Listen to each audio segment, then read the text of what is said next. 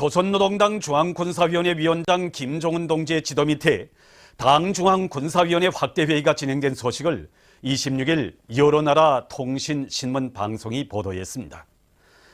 중국의 신화통신은 조선의 김종은 최고 용도자의 지도 밑에 조선노동당 중앙군사위원회 확대회의가 진행되었다고 하면서 확대회의 소식을 상세히 전했습니다. 중국 보도사, 중국의 환구시보, 러시아의 이따르타스 통신, 미국의 VOAA 방송, 일본의 지지통신도 이 소식을 보도했습니다. 조선민주주의인민공화국 창건 65돌 경축 로무니아 전국준비위원회가 19일에 결성됐습니다. 준비위원회 위원장으로 로무니아 사회주의당 최고이사회 위원장 바실레 오를레아누가 선출됐습니다. 준비위원회는 8월 25일부터 9월 9일까지를 경축기간으로 정하고 이 기간에 집회, 토론회, 영화 감상회 등 다채로운 정치문화 행사들을 조직하기로 했습니다.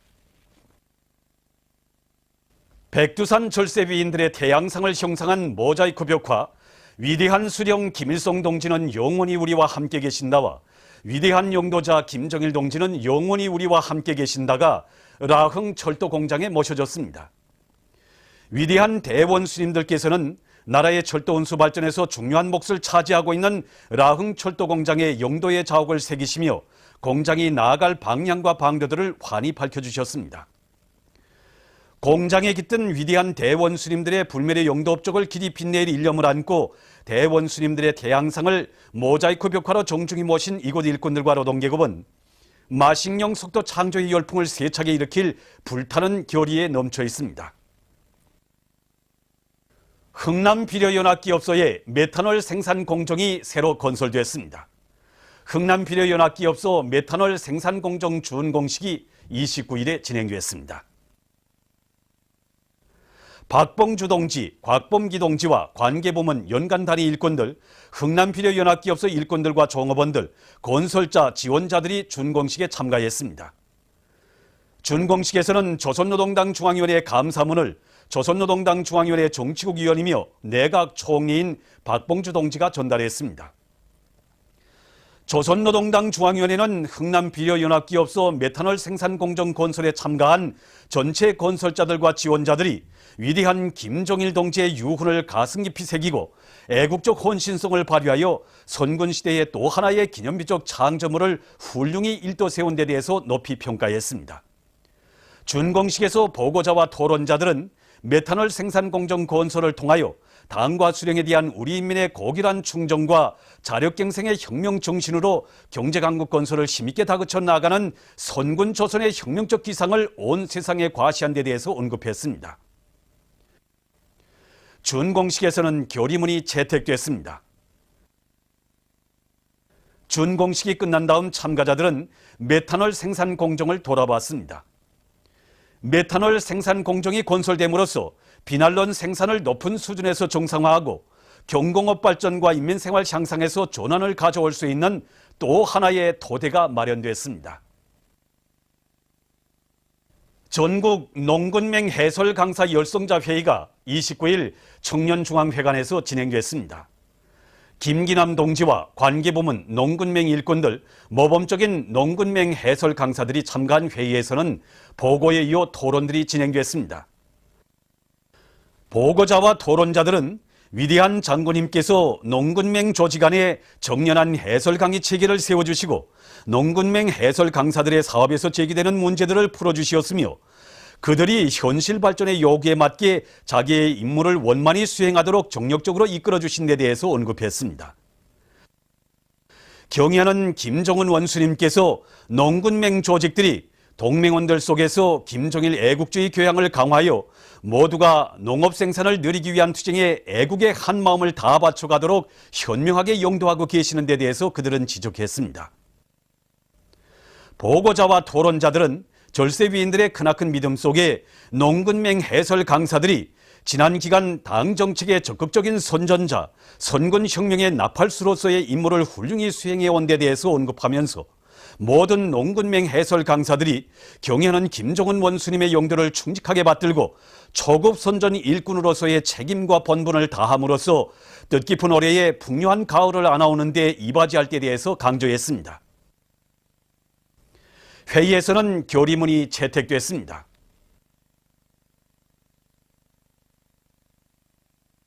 김종일 애국주의를 높이 들고 내 나라 내 조국을 더욱 부강하게 하자. 마식령 군인 건설자들의 투쟁 정신을 따라 배워 오늘의 정진군에서 결사관철의 투사 위훈의 창조자가 되자. 우리 당의 크나큰 은정 속에 일떠서고 있는 과학자 살림집 건설에 참가한 조선인민내무군 방춘산 소속 부대의 군인 건설자들이 살림집 건설과 공원 건설을 남먼저 끝낸 기세로 살림집 구획 도로 포장 작업을 마감 단계에서 힘있게 내밀고 있습니다. 우리가 여기 과학자 살림집 주변 구획 도로들을 전부 포장해야 하는 것만큼 작업량은 그야말로 방대하다고 말할 수 있습니다.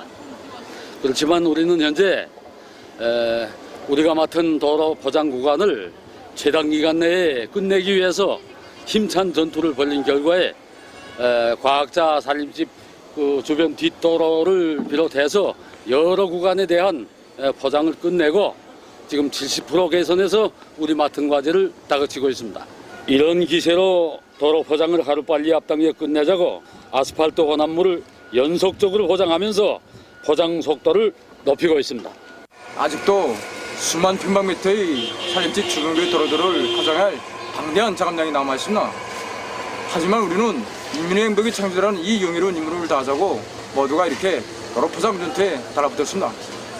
우리는 어떻게 하나 우리 과학자들에게 더 좋은 생활 조건을 마련해 주시기에 그토록 마음써주는 경량한 최고생활 동지의 순간 뜻을 하루빨리 관철하기 위해서 도로 포장의 척도 화질을 최상의 수준에 보장해 나가겠습니다.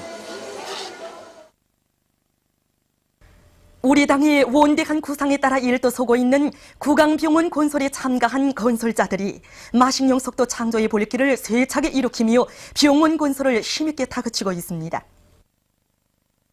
우리가 착공기 축사를 박은 때로부터 군 5달 지났습니다.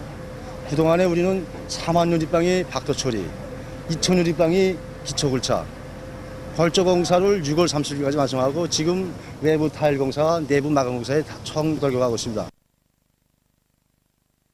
제7차 평양 악기 전시회가 29일 평양국제문화회관에서 개막됐습니다. 김용진 내각부총리와 관계부문 일꾼들, 중앙과 지방의 악기 제작 성원들, 해외 동포들, 외국인들이 개막식에 참가했습니다. 개막사가 있은 다음 참가자들은 전시회장을 돌아봤습니다.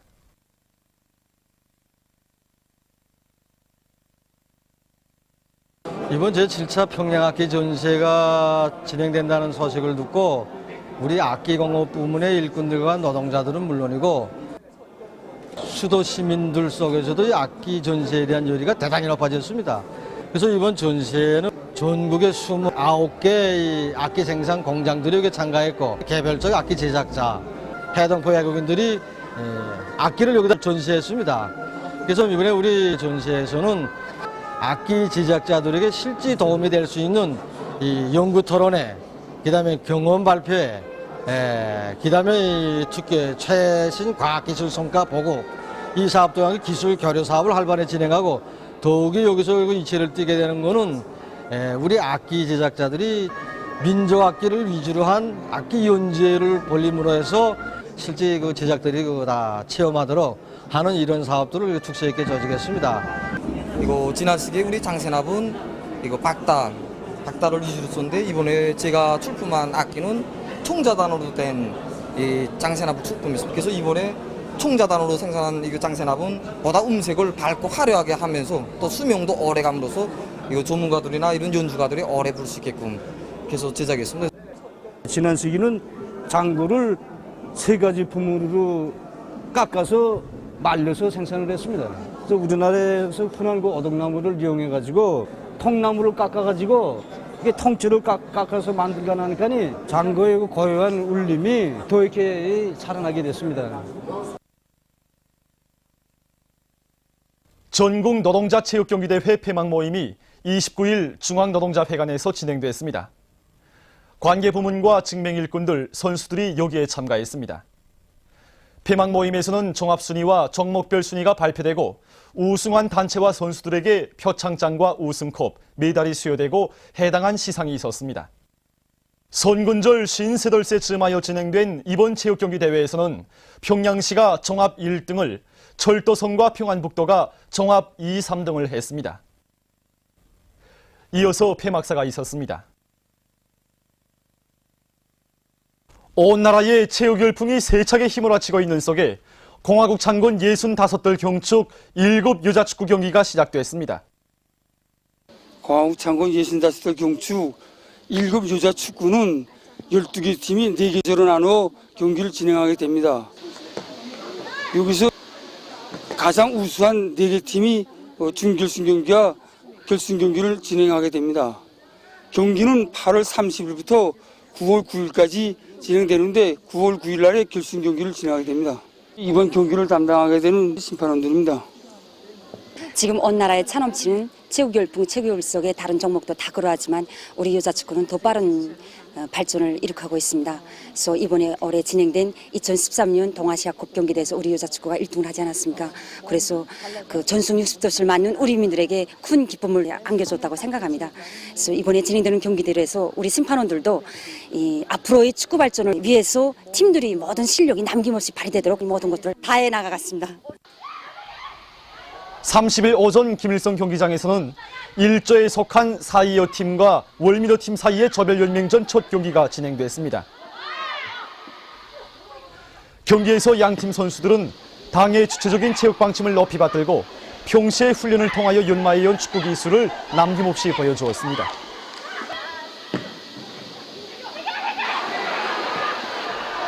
이 경기에서는 4.25 팀이 월미도 팀을 1대0으로 이겼습니다. 뉴질랜드 백두한라 오토바이 여행단 성원들이 29일 판문점 지구를 참관했습니다. 먼저 여행단 성원들은 판문점에 세워져 있는 위대한 수령 김일성 동지의 친필비를 보았습니다. 그들은 우리 군대와 인민이 미제를 우두머리로 하는 제국주의 연합 세력의 무력 침공을 물리치고 빛나는 승리를 이룩한 데 대한 해설을 들으면서 정전담판 회의장과 정전협정 조인장, 판문각을 돌아보았습니다.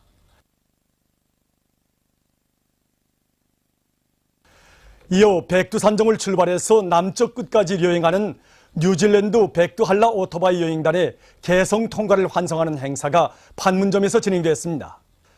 박경일 조선 뉴질랜드 친선협회 위원장, 관계부문 일꾼들, 개성 시민들, 뉴질랜드 백두한라 오토바이 여행단 성원들이 행사에 참가했습니다. 뉴질랜드 백두한라 오토바이 여행단 단장 가레스 모르간이 발언했습니다.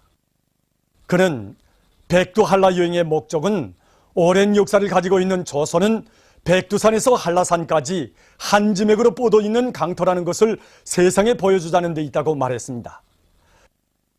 방문 기간 조선의 아름다움과 강성국가를 건설하기 위해서 노력하고 있는 조선인민의 모습을 보고 깊은 인상을 받았다고 그는 강조했습니다. 환송 행사가 끝난 다음 여행단 성원들은 군중들의 열렬한 환송을 받으며 출발했습니다. 이날 여행단은 군사분계선을 넘어섰습니다.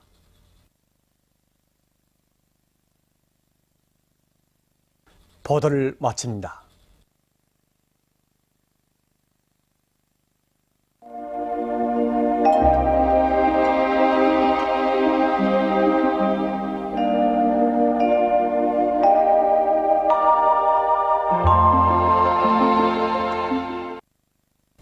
오늘 우리나라는 조선 동해 중부에 있는 저기압의 영향으로 평성, 강계, 해산, 청진, 함흥, 원산에서 비가 내렸으며 그 밖의 지방에서는 주로 개인 날씨였습니다.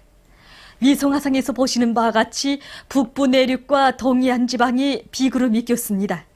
오늘 평양의 제일 높은 기온은 27도로서 평년보다 1도 낮았습니다. 내일은 8월 31일 토요일 음력으로 7월 25세입니다. 내일 우리나라는 북부지방으로 이동해오는 고기압의 영향을 받겠습니다. 지방별 날씨를 알려드리겠습니다. 평양시 북소풍이 3m 내지 6m로 불고 주로 개이겠습니다. 내일 아침 제일 낮은 기온은 19도, 내일 낮 제일 높은 기온은 27도 정도로 예견됩니다. 백두산 미령 북동풍이 3m 내지 6m로 불고 대체로 흐리겠습니다. 해산시 북동풍이 3m 내지 6m로 불고 대체로 흐리겠습니다. 강계시 북소풍이 3m 내지 6m로 불고 주로 개이겠습니다. 정진시 북동풍이 3m 내지 6m로 불고 대체로 흐리겠습니다. 함흥시 북동풍이 3m 내지 6m로 불고 대체로 흐리겠습니다. 몬산시 북동풍이 3m 내지 6m로 불고 대체로 흐리겠습니다. 신의주시 북소풍이 3m 내지 6m로 불고 주로 개이겠습니다. 평송시 북소풍이 3m 내지 6m로 불고 주로 개이겠습니다. 사리본시 북소풍이 3m 내지 6m로 불고 주로 개이겠습니다. 해주시 북소풍이 3m 내지 6m로 불고 주로 개이겠습니다. 개성시 북소풍이 3m 내지 6m로 불고 주로 개이겠습니다. 그리고 내일 아침 최저 기온은 대부분 지방에서 오늘보다 2도 내지 3도 더 낮아지어서 날씨는 선선하겠습니다. 내일 기온이 제일 낮은 지방은 백두산 지구로서 1도 정도겠으며 기온이 제일 높은 지방은 개성 지방으로서 29도 정도로 예견됩니다. 바다 날씨입니다. 조선 동해 해상에서는 북동풍이 7m 내지 10m로 불고 물결은 1.5m 내지 2m로 일겠으며 대체로 흐리겠습니다. 조선 서해 해상에서는 북풍이 7m 내지 10m로 불고 물결은 1.5m로 일겠으며 주로 개이겠습니다. 그러므로 조선 동해 해상에서 작은 배들은 주의하기 바랍니다.